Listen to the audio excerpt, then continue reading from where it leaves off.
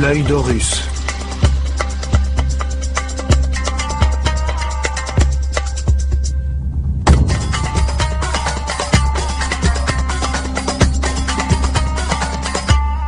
Première partie, l'école des mystères.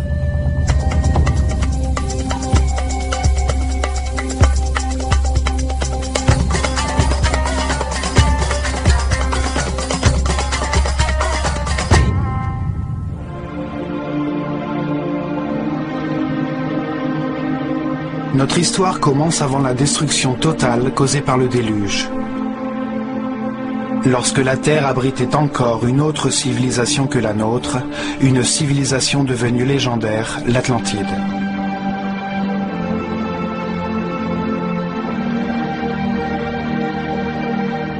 La sagesse de cette civilisation était le produit de l'évolution de la conscience humaine depuis des millénaires, de la connaissance du fonctionnement de l'univers qui donne lieu à ce que nous appelons la vie. L'étude des constellations révéla que l'humanité était une union vivante entre le ciel et la terre, que les étoiles et les soleils influaient sur le cours des saisons, des cycles et du temps.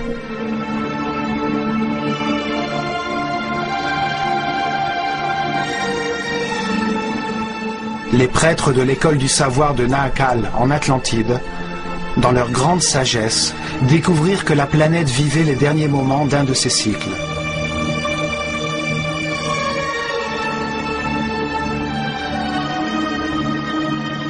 Ils annoncèrent une catastrophe qui détruirait jusqu'au fondement de la vie humaine. Mais peu les écoutèrent.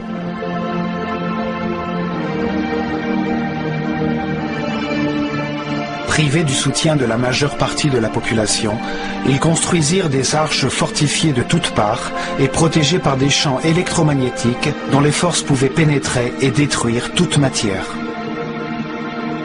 Guidés par le grand prêtre Chiquitet Arelish Vomalites, ils embarquèrent avec leurs familles, quelques instruments, certains animaux domestiques, et quittèrent l'Atlantide en direction de l'Est.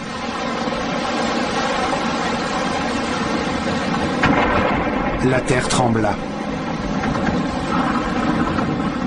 Les cieux se répandirent dans les mers, et les eaux balayèrent les continents, en effaçant toute trace de civilisation.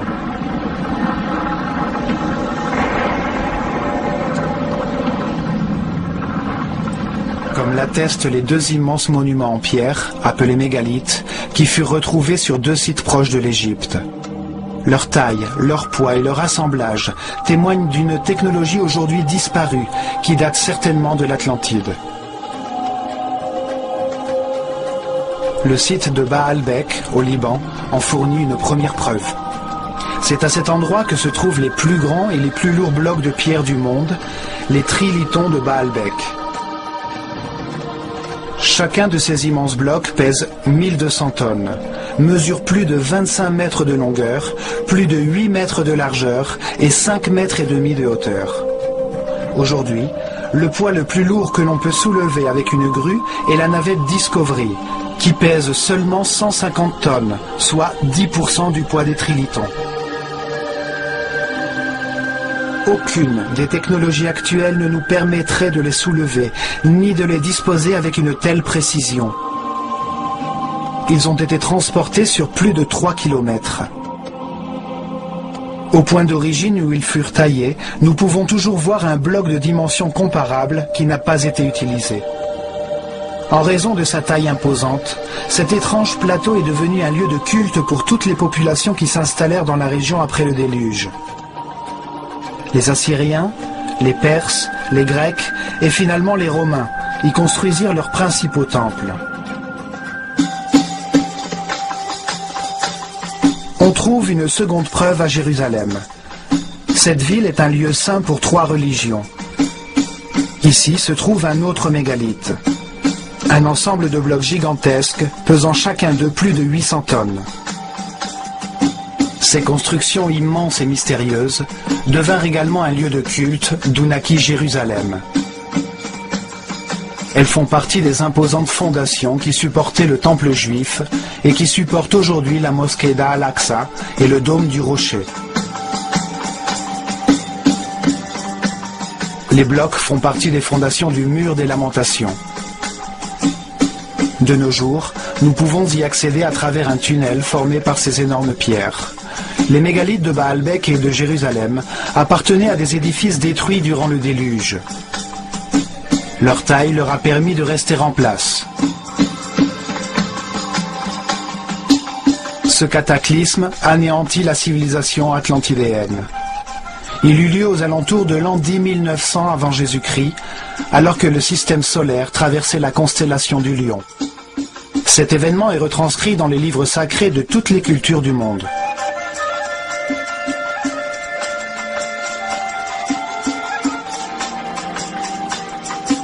Une fois le calme revenu, les prêtres qui avaient survécu au cataclysme débarquèrent au centre de la surface de la Terre, qu'ils savaient être le croisement des forces telluriques de la planète.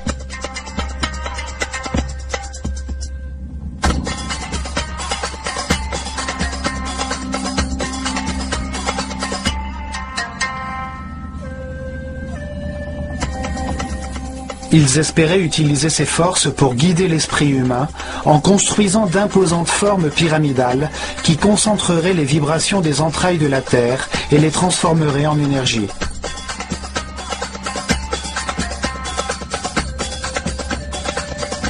Ces êtres, qui avaient atteint un degré de développement spirituel très avancé, ne concevaient pas le progrès comme l'acquisition de biens matériels, mais comme l'accomplissement de la paix et de l'harmonie intérieure, comme une transformation de l'homme, un dépassement des limites de sa condition animale vers l'état de surhomme. À un moment qu'ils nommèrent Sept-Épis, temps nouveau, ces prêtres virent sortir des eaux un long oasis étroit, une terre fertile entourée d'un désert protecteur qui longeait une grande rivière. Ils l'appelèrent Égypte. Cette terre émergeait hors de l'eau, le pays d'un seul fleuve, le Nil, présentait les meilleures conditions pour donner naissance à une nouvelle civilisation. Les prêtres considérèrent ce cataclysme comme le début d'un nouveau cycle qui devait conduire l'humanité vers une destinée nouvelle, vers la construction d'une société vouée à l'élévation spirituelle.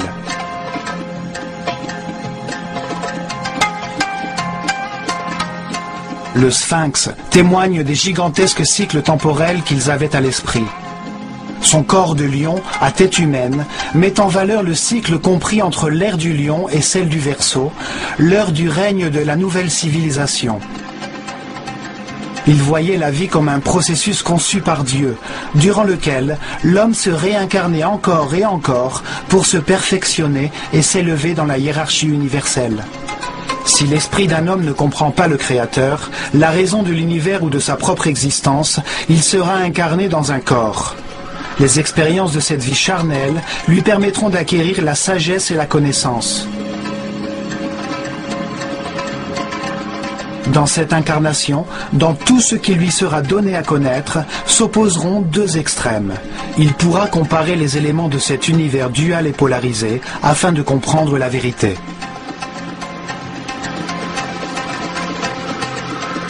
Il apprendra en expérimentant lui-même les conséquences de ses décisions et de sa conduite. Par le chagrin, il comprendra le bonheur. Par l'angoisse, il connaîtra la paix. Au long de nombreuses vies, après avoir comparé les deux extrêmes, il comprendra que la seule vérité est au centre, dans la neutralité de l'amour. À travers la réincarnation, l'homme comprend peu à peu. Il devient un être qui respecte tout ce qui existe. Il comprend que tout a une fonction. Il accepte que toutes les circonstances, même les plus difficiles, sont parfaites, car elles lui enseignent la voie de l'élévation spirituelle. Vie après vie, l'homme s'élève. Il acquiert le savoir, la paix et l'harmonie. Il possède de plus en plus d'énergie vitale. Il devient un être plus tolérant et respectueux. Il accède à la puissance. Il comprend que dans cet univers dual, dans les circonstances les plus contradictoires, la seule neutralité possible est celle de l'amour. L'amour est neutre, tout comme Dieu. Comme le montre le zodiaque de Dendera, ce processus d'apprentissage correspond à un cycle cosmique, soit 12 ères zodiacales.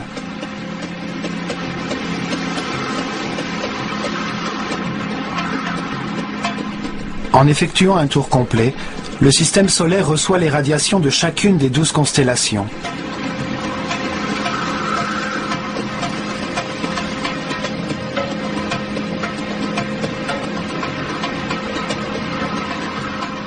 Durant ces 25 920 années, chaque esprit se réincarne 700 fois dans des corps, des endroits, des époques, des circonstances, des conditions et des personnalités différents. Dans chaque vie, il apprend quelque chose de différent.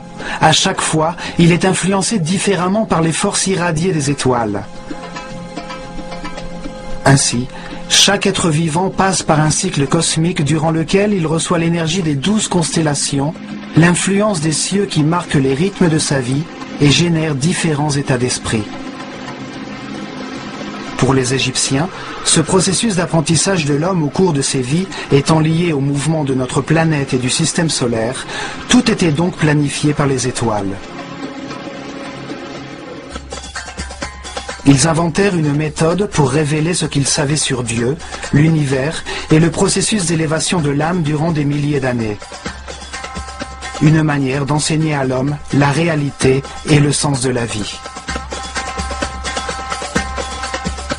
Les prêtres organisèrent la transmission à leur peuple de leur connaissance sur Dieu, sur les étapes qui marqueraient les changements d'ère zodiacale sous la voûte étoilée.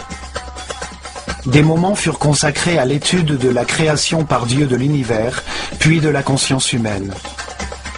Chaque phase de la révélation était mise en œuvre par un centre religieux construit le long de l'épine dorsale de l'Égypte, le Nil. Ces centres de transformation et de diffusion de l'énergie et de l'information au corps étaient appelés chakras.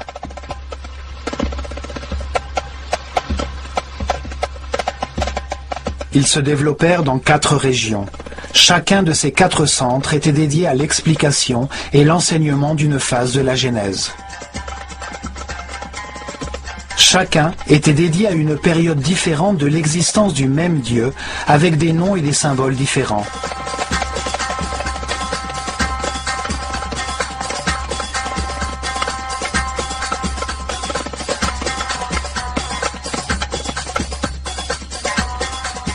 Le premier centre religieux, appelé Héliopolis par les Grecs, fut érigé à Anu, au début de l'ère des Gémeaux, en l'an 6620 avant Jésus-Christ, à l'époque de l'Égypte prédynastique. Une ère consacrée à la symétrie en art et en architecture. Ce centre était voué à la révélation des caractéristiques, des qualités et de la raison d'être d'un Dieu absolu, cause première de toute chose, que les Égyptiens appelaient Atum-Ra, l'unité homogène et statique qui avait préexisté à l'univers. Le deuxième centre religieux fut établi à Memphis, au commencement de l'ère du Taureau, en l'an 4460 avant Jésus-Christ. Il était dédié à la révélation d'un autre moment de l'existence de Dieu, lorsqu'il met l'univers, les planètes et le soleil en mouvement, lorsqu'il met sa volonté et son énergie divine en action et crée la matière. Cette dimension créatrice de Dieu était appelée Ptah. Durant cette ère, on peut remarquer l'influence de Mentu, l'animal qui représente l'ère du taureau dans toute l'Égypte, même dans les noms des pharaons. Le troisième centre religieux fut créé à Hermopolis. Il était dédié à Thoth. C'est le nom qu'ils donnèrent au Dieu unique lorsqu'il multiplia les créations sur la terre en diversifiant la nature, les plantes et les animaux. Le quatrième centre religieux fut érigé à Thébas, à l'arrivée de l'ère du Bélier, en l'an 2300 avant Jésus-Christ. Ce centre était voué à la révélation des caractéristiques, des qualités et de la raison d'être de Dieu lorsqu'il crée la conscience de l'homme à son image. Ils l'appelèrent Amon-Ra. Cette ère fut un moment décisif pour la civilisation égyptienne. Des centaines de temples dans lesquels la figure du bélier était prédominante furent construits et les pharaons eux-mêmes ajoutèrent Amon ou bélier à leur nom.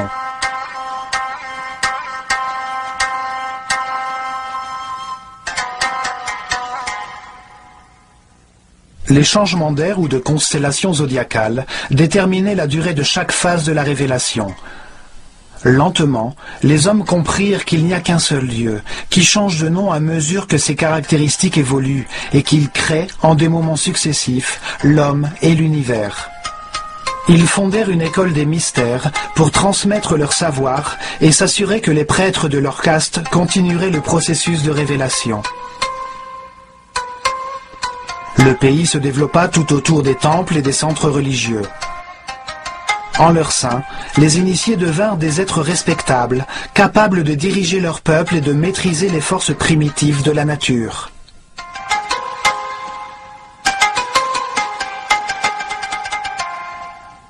Les prêtres choisissaient leurs disciples parmi les enfants d'Égypte en fonction de leur niveau de connaissance et de sensibilité et leur donnaient la chance de vouer leur vie à la prêtrise. Il leur parlait du processus d'élévation à travers la réincarnation de Dieu et de l'univers. Il leur enseignait les sciences, l'art, la religion et la philosophie. Il les entraînait à l'exercice du contrôle de soi. Ils apprenaient à conserver leur énergie vitale, à comprendre l'importance du respect et du libre arbitre, accélérant leur processus d'évolution. Ils devenaient les héritiers de la caste des prêtres, ceux qui possédaient le savoir et le pouvoir qu'ils procurent et qui avaient pour mission de guider le peuple sur le chemin du progrès. Des statues de ces prêtres ont été retrouvées. Certains sortent d'un cube, d'autres sont représentés comme des écrivains, des êtres de savoir. Parfois, le mot Hotep, qui signifiait sage, était ajouté à leur nom, comme pour Ain-Hotep ou Amen-Hotep, fils d'Apu, en reconnaissance de leur sagesse.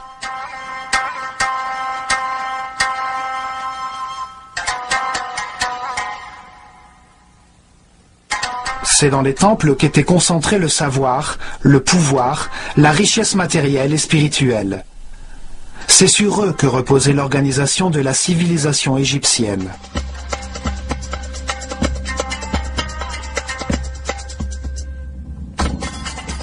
L'œil d'Horus était le symbole de cette caste organisée de prêtres qui a présidé aux destinées de l'Égypte durant des milliers d'années dans l'ombre des pharaons.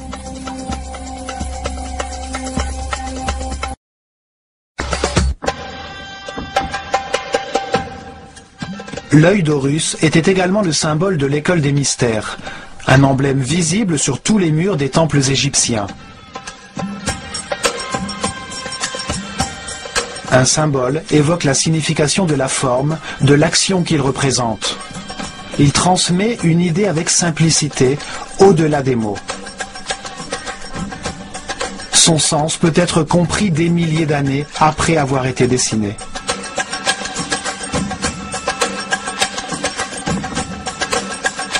Les yeux permettent de sentir le soleil, l'origine de la vie. Ils réagissent à la perception de sa lumière et à la vision des couleurs. Ils communiquent au cerveau l'intensité et la force du feu. Les yeux sont les terminaisons nerveuses qui perçoivent la volonté divine, l'intensité de la lumière, la force de Dieu, que les Égyptiens nommaient Phi. La force par laquelle l'esprit se concentre dans la matière fait place à l'univers, à l'expérimentation de la conscience. Ce sont les seuls nerfs qui atteignent la surface du corps et que l'on peut voir en action. Ils parcourent des sphères pleines de liquide blanc cristallin.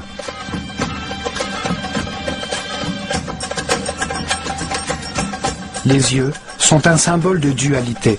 L'œil gauche, solaire, est sensible à ce qui est négatif. L'œil droit, lunaire, est sensible à ce qui est positif et constructif. Ils croisent leurs informations afin de retranscrire la bonne image mentale de l'espace. Ils symbolisent l'expérimentation de la conscience dans un univers de contraste, expérimentation qui lui permet de trouver la vérité par comparaison entre des éléments opposés. Ils réagissent à la lumière active du soleil et produisent la vraie lumière de l'esprit, la lumière de l'énergie vitale, une lumière invisible qui rend possible l'intelligence et la compréhension du monde. Les oiseaux évoquent l'action de voler, la libération des contraintes matérielles. Le faucon est l'oiseau qui voit le mieux. Le faucon Horus représente l'esprit qui a achevé son apprentissage dans les limites de la vie mortelle. Il comprend alors les vérités de l'univers, car il les a expérimentées dans de nombreuses vies, et il s'élève au-delà des limites matérielles, hors du temps et de l'espace. L'œil d'Horus est la conscience immortelle qui sait tout, qui voit tout. Il peut voler bien au-dessus de tout ce qui existe, ou porter son attention sur le moindre détail. Bien évidemment, les prêtres, dans leur sagesse, se voyaient comme des observateurs et des guides dans le processus d'élévation vers la lumière. C'est pourquoi leur symbole était l'œil d'Horus, l'œil qui voit tout.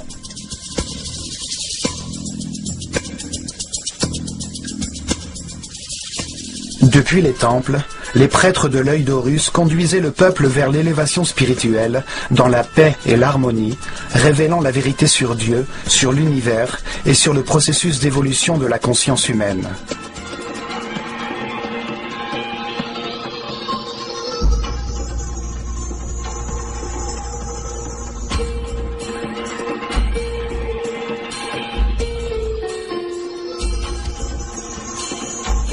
Protégé de l'extérieur par de hauts murs, chaque temple formait un ensemble architectural imposant dans lequel vivaient des milliers de personnes, des hommes et des femmes car il n'y avait pas de différence de sexe. Ils consacraient au moins 21 années de leur vie à leur apprentissage et à leur formation pour devenir prêtres ou prêtresses.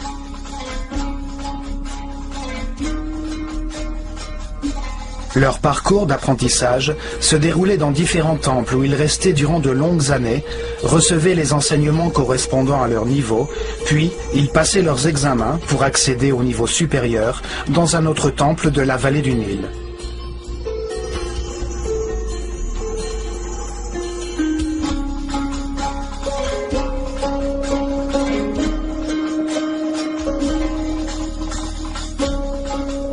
Chaque temple était une bibliothèque vivante, spécialisée dans un domaine particulier. Dans chacun d'eux, on professait des leçons différentes sur l'univers ou sur le sens de l'existence. Chacune de ces disciplines possédait en elle-même un élément sacré qui donnait un sens à la création du monde.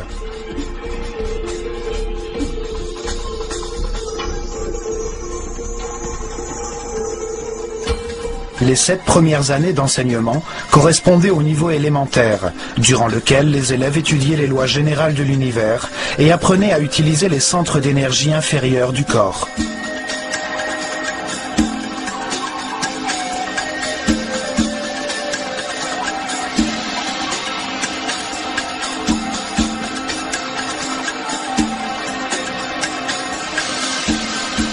Des temples comme celui de Komombo étaient dédiés à la compréhension de la nécessité de la dualité et de la polarisation universelle, afin que l'esprit puisse établir des comparaisons entre des fins opposées et trouver ainsi la vérité.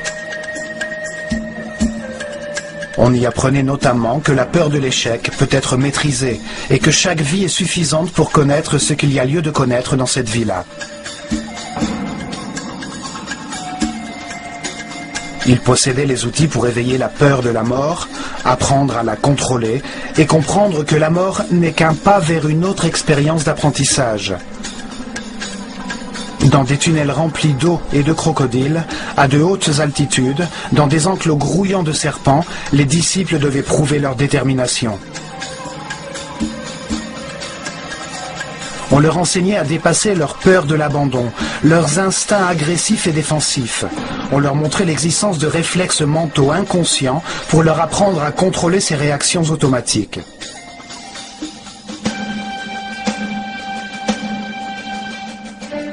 Dans le temple de Luxor, à Thébas, on transmettait le savoir du fonctionnement du corps connu à l'époque et on apprenait à le dissocier de la conscience pour qu'elle ne s'identifie pas à lui.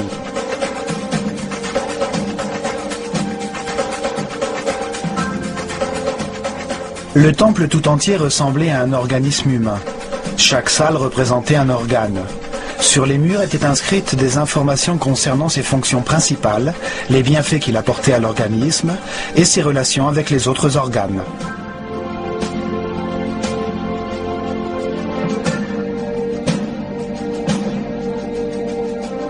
Dans ces salles, on pratiquait des exercices de mouvement et de concentration afin de diriger son esprit vers chaque organe, jusqu'à ce que le corps atteigne un état de conscience qui lui permette de devenir un parfait instrument de la volonté.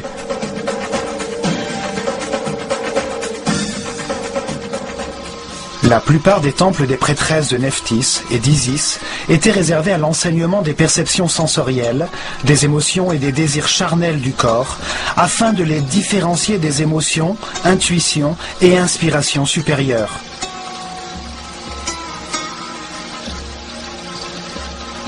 Les élèves apprenaient à maîtriser les passions et les sentiments charnels grâce au pouvoir de l'esprit, à élever leur conscience et leurs vibrations vitales, à canaliser l'énergie de leurs esprits vers des aspirations plus hautes, à éveiller leur créativité. Beaucoup de temples, comme celui d'Hathor à Dendera, étaient dédiés aux sciences, à l'astronomie, à l'astrologie et aux mathématiques. Depuis le toit du temple d'Hathor, on pouvait observer les cieux pour comprendre les différentes énergies libérées par chaque constellation et les effets qu'elles produisent.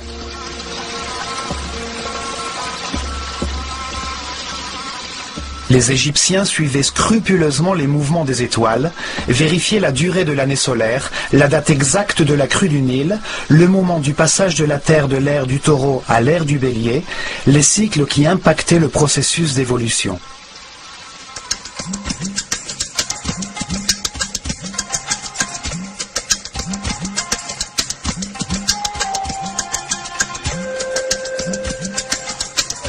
Après cet apprentissage de la raison et cet entraînement destiné à contrôler les sentiments, les émotions et les pensées, les élèves consacraient 7 années supplémentaires à l'exercice de leur cerveau droit, à l'intelligence du cœur, pour comprendre la différence entre la pensée et la méditation.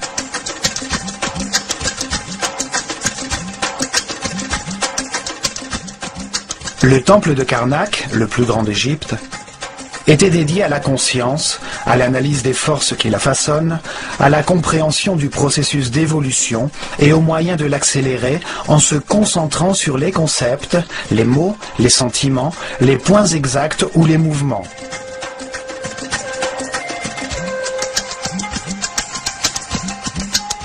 Les élèves apprenaient à se concentrer sur eux-mêmes, afin de différencier le surmoi du moi, à s'identifier à un être ou à un objet extérieur, jusqu'à ce qu'ils sentent ou qu'ils deviennent ce à quoi ils pensent.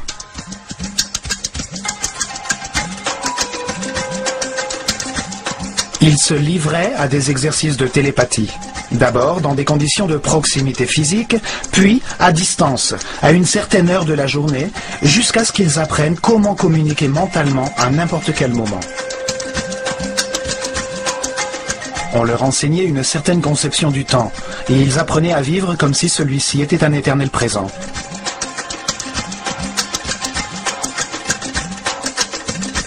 Ils comprenaient que la pensée consiste à comparer pour savoir, et que lorsque l'on sait tout, il n'y a plus besoin de penser ou de comparer. Ils apprenaient à modifier leur niveau vibratoire pour maîtriser les circonstances extérieures en atteignant un équilibre émotionnel par une décision mentale intérieure.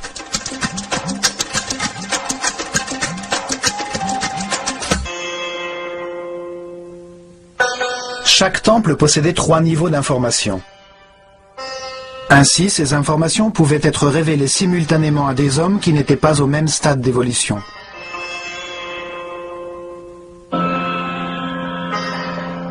Le premier niveau était la transmission des informations élémentaires au peuple. Chaque temple avait une histoire simple, pleine de symboles et de personnages fantastiques. Un théâtre sacré, facile à comprendre. Les idées étaient exprimées dans des mythes sous la forme d'histoires.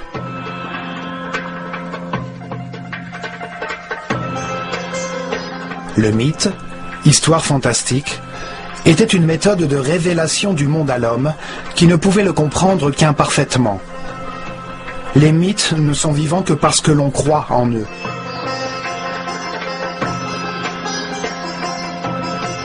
Ils font intervenir des personnages qui possèdent des caractéristiques symboliques, avec des formes qui permettent d'identifier leurs fonctions et leur activité principale, qui prennent part à des histoires simples, à des paraboles, qui révèlent la réalité de la nature humaine sans avoir recours à l'aridité ou l'abstraction de la philosophie ou de la métaphysique.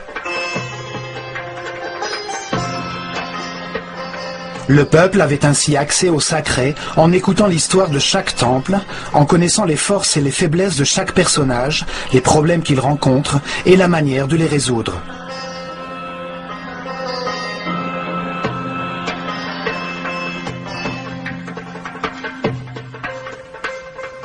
Un second niveau d'information était réservé aux disciples, des êtres spirituellement plus avancés, à qui les mêmes thèmes sacrés étaient expliqués, mais d'une manière plus complète et concrète.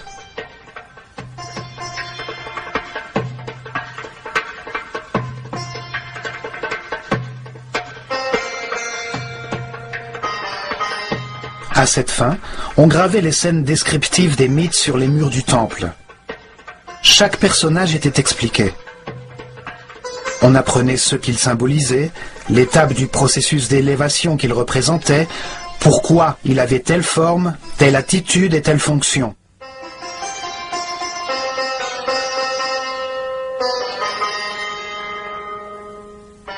La sagesse des prêtres de l'œil d'Horus apparaît clairement dans l'histoire racontée dans chaque temple, dans les formes qu'ils utilisaient comme symboles.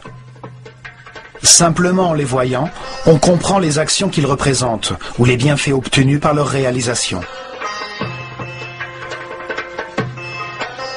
En utilisant comme symbole des hommes à tête d'animaux, ils en font des concepts qui évoquent les caractéristiques de chaque animal et qui permettent de saisir la fonction de cet animal dans l'univers.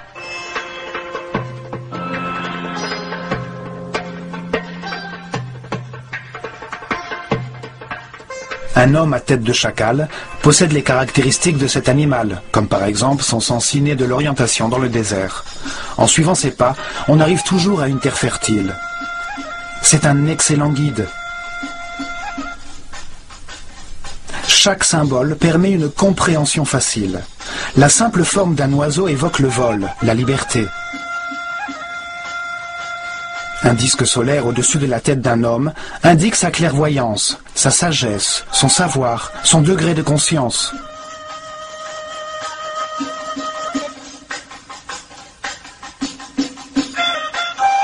Les Égyptiens étudiaient les animaux et les insectes en détail.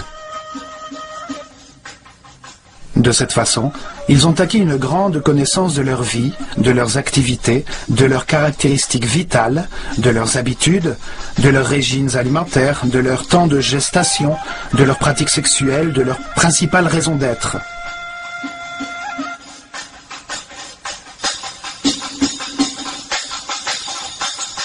Ils choisissaient les animaux les plus doués pour représenter une action vitale et son impact sur l'univers. L'évolution du ver, qui rampe et se tortille avant de devenir un papillon.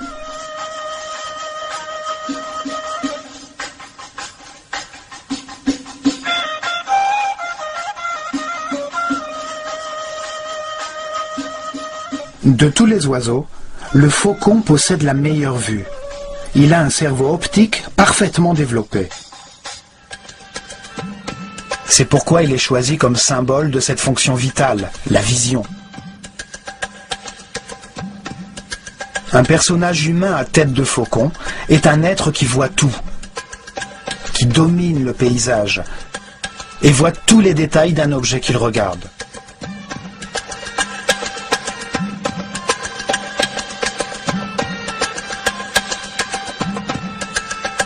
Ces personnages, appelés dieux ou néthers par les égyptologues qui pensent que les Égyptiens étaient polythéistes et vénéraient les animaux, représentaient seulement une fonction vitale, un être au monde qui se transforme et s'améliore. Chaque action importante de la vie est représentée par un symbole qui indique la transformation essentielle qui se produit chez l'individu qui l'exécute, ce à quoi il arrive. 2 bras signifie l'adoration, 2 jambes, l'action de marcher, une bouche, le fait de parler.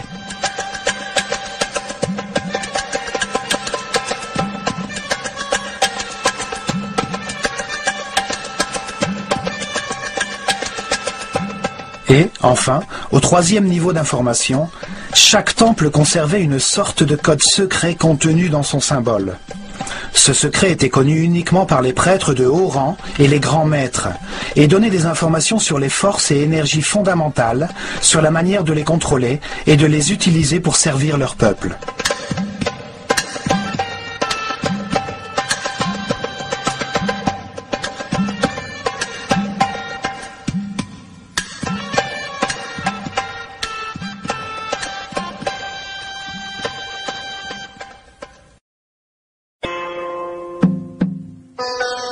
Dans des temples comme celui d'Horus, à Edfu, le grand prêtre amenait ses disciples les plus brillants à projeter leur conscience dans le temps, à pénétrer dans leur subconscient pour revivre et comprendre leur vie antérieure dans leur processus de réincarnation.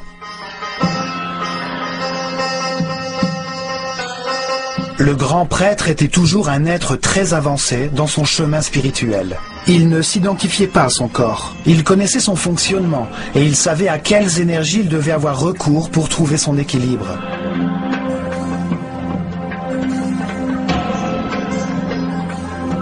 Il contrôlait depuis son centre nerveux, situé dans sa couronne, le niveau le plus élevé d'énergie vitale. Il demeurait dans un présent éternel, rayonnant d'amour.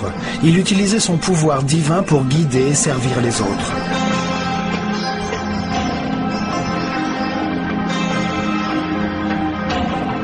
La matière peut seulement recevoir, se contracter. Le don est un rayonnement. C'est une vibration de l'esprit. Les êtres de chaque niveau reçoivent et donnent à ceux des niveaux inférieurs.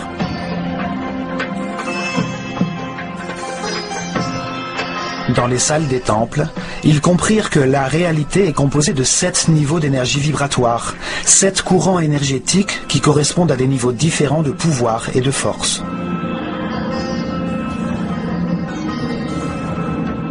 Le corps possède 7 chakras, ou centres de transformation de l'énergie fondamentale de l'univers.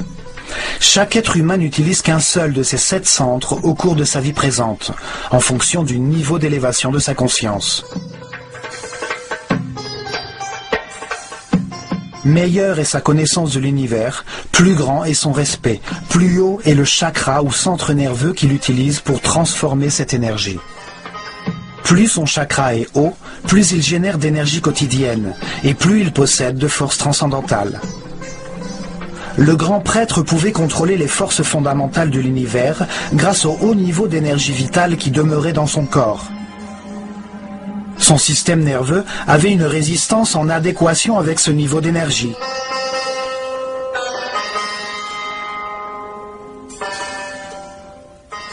Ainsi, dans tous les temples d'Égypte, à mesure que les disciples suivaient leur apprentissage et leur formation, leur énergie vitale augmentait graduellement, en même temps que leur résistance nerveuse.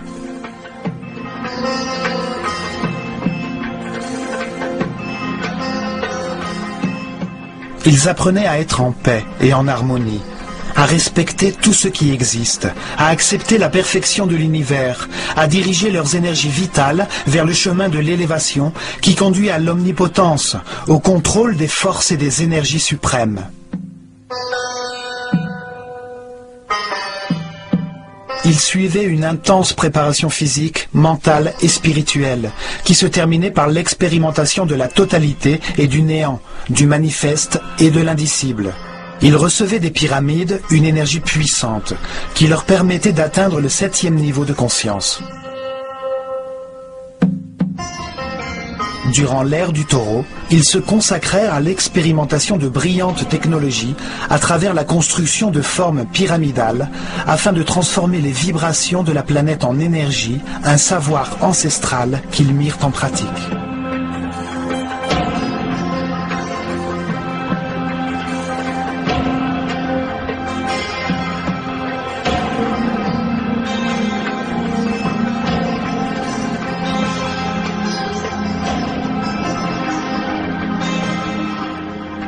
ils érigèrent d'imposantes pyramides qui pesaient des millions de tonnes sur les points névralgiques du réseau électromagnétique de la planète.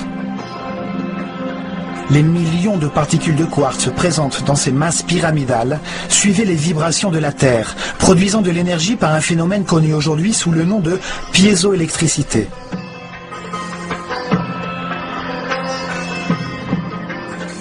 Ils construisirent plusieurs pyramides avant d'atteindre un modèle de perfection avec la pyramide de Khéops. Dans ces halls, dans ces galeries, dans ces chambres, ils transformaient cette énergie en son, afin que les disciples les plus avancés physiquement, mentalement et spirituellement vibrent jusqu'au plus haut niveau. Cette force ouvrait la perception de l'esprit humain vers d'autres dimensions pour atteindre des états particuliers de conscience. Avec cette aide extérieure, les disciples s'élevaient jusqu'au 7e niveau de conscience, repartaient en conservant cet état d'extase dans leurs esprits après avoir éprouvé la vérité et allaient la transmettre à leurs semblables par leurs mots et leurs actions. Dans leurs ultimes méditations, ils atteindraient une nouvelle fois cet état d'unité immobile, jusqu'à ce qu'il perdure en eux. Ils demeureraient alors dans un état permanent d'homme-dieu, l'énergie positive de l'amour rayonnant autour d'eux.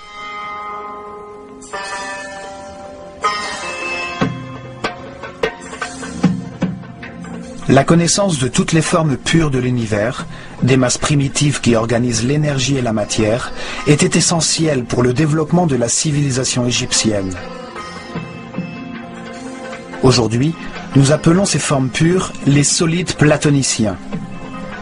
5 polygones de taille et d'angles égaux, formés de triangles équilatéraux, la forme de vie qui ne produit aucune tension. À l'aide de ces formes, il produisait des effets de résonance et de concentration énergétique afin d'élever la perception de la conscience, pour générer des effets de superconductivité permettant d'annuler la force de la gravité. De nos jours, nous avons découvert qu'il y a sur notre planète des points névralgiques appelés nœuds diamagnétiques, d'où l'on peut contrôler la force de gravité de la planète et générer un phénomène de superconductivité. La superconductivité permet d'augmenter ou de réduire la force de la gravité. En augmentant le poids des blocs de pierre, ils pouvaient poser les fondations sans avoir besoin de creuser dans le sol. En le réduisant, ils les rendaient plus faciles à déplacer et ils pouvaient ainsi les faire venir de carrières éloignées. Des hiéroglyphes, qui expliquaient les formules et les ingrédients nécessaires pour faire une sorte de ciment qui ressemble à de la roche, furent retrouvés sur l'île de Séhel. Des scientifiques français les ont partiellement décryptés. Leurs expériences confirment qu'il s'agit de géopolymères, qui produisent une sorte de pierre une fois qu'ils sont solidifiés. Ceci permet de comprendre la simplicité avec laquelle les Égyptiens pouvaient assembler les pierres de leur temple en utilisant un bloc pour en former d'autres.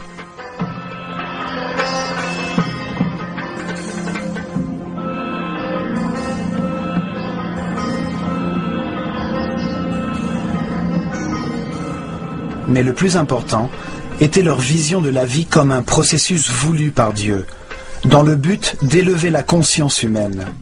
Le fait que l'esprit humain se réincarne continuellement dans un corps pour comprendre ce qu'est l'harmonie, en analysant les résultats de ses décisions.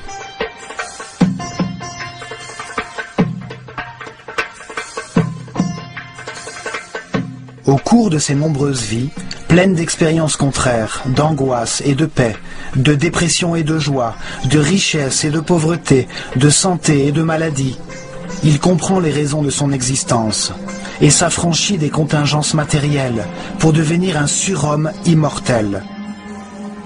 Un être qui, au moment de sa mort, ne perd pas la conscience des connaissances qu'il a accumulées. Un esprit sage qui, à la fin de chaque étape, franchit une nouvelle marche vers la perfection universelle.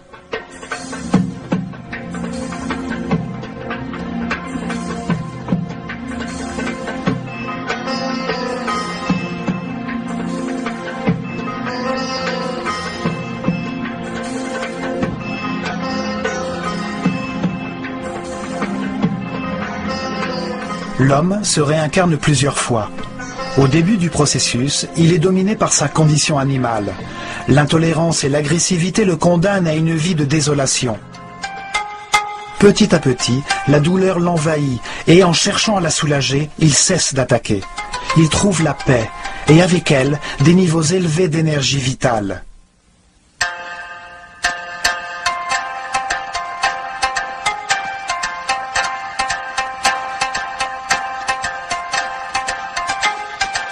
En pleine connaissance de ce processus d'élévation et des lois qui y président, les Égyptiens améliorèrent leur vie, acceptant les moments difficiles comme des étapes nécessaires sur le chemin de l'apprentissage. Ils demeurèrent ainsi dans la paix et l'harmonie.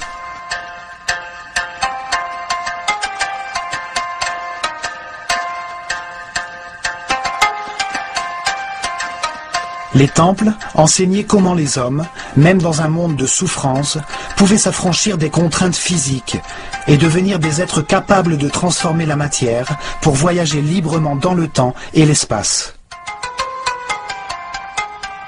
Au milieu des contradictions de chaque vie, tout homme apprend quelque chose et renaît un peu plus sage. Par la polarité entre la lumière et les ténèbres, entre la peur et l'amour, nous apprenons à trouver la paix et l'harmonie, pour garder notre énergie vitale.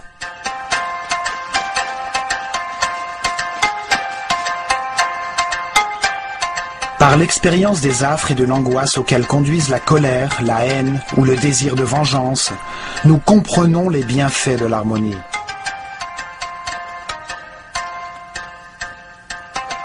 En prenant conscience que chaque décision produit à la fois de la douleur et du soulagement, nous pouvons faire d'une vie infernale un paradis. Les Égyptiens avaient compris que toutes les actions de la vie quotidienne, la pêche, les semailles, la récolte, nous rapprochent chaque jour un peu plus de la perfection divine.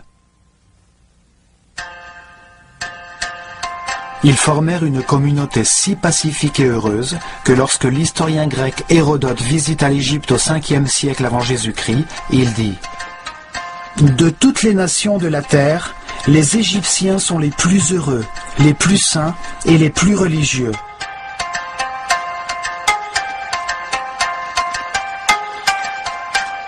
Cependant, le mot religion n'existait pas dans leur langage. Ils ne voyaient aucune différence entre le sacré et le profane. Ils considéraient qu'il était de leur devoir de comprendre que Dieu, l'univers et l'homme étaient unis par le ciment de l'amour.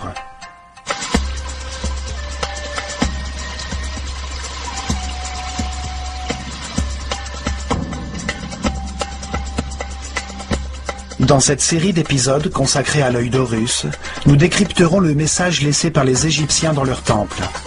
Que tous les hommes avancent sur la voie de l'élévation au cours de leurs nombreuses vies.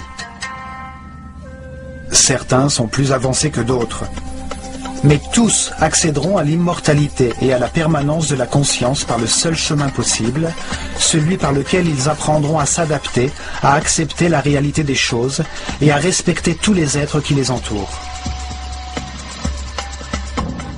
Ce chemin peut être pavé de souffrance, ou de paix et d'harmonie. Cela dépend de notre capacité à nous contenter de ce que nous avons, à nous sentir reconnaissants d'être en vie, d'avoir l'opportunité de comprendre que c'est l'amour qui nous a créés.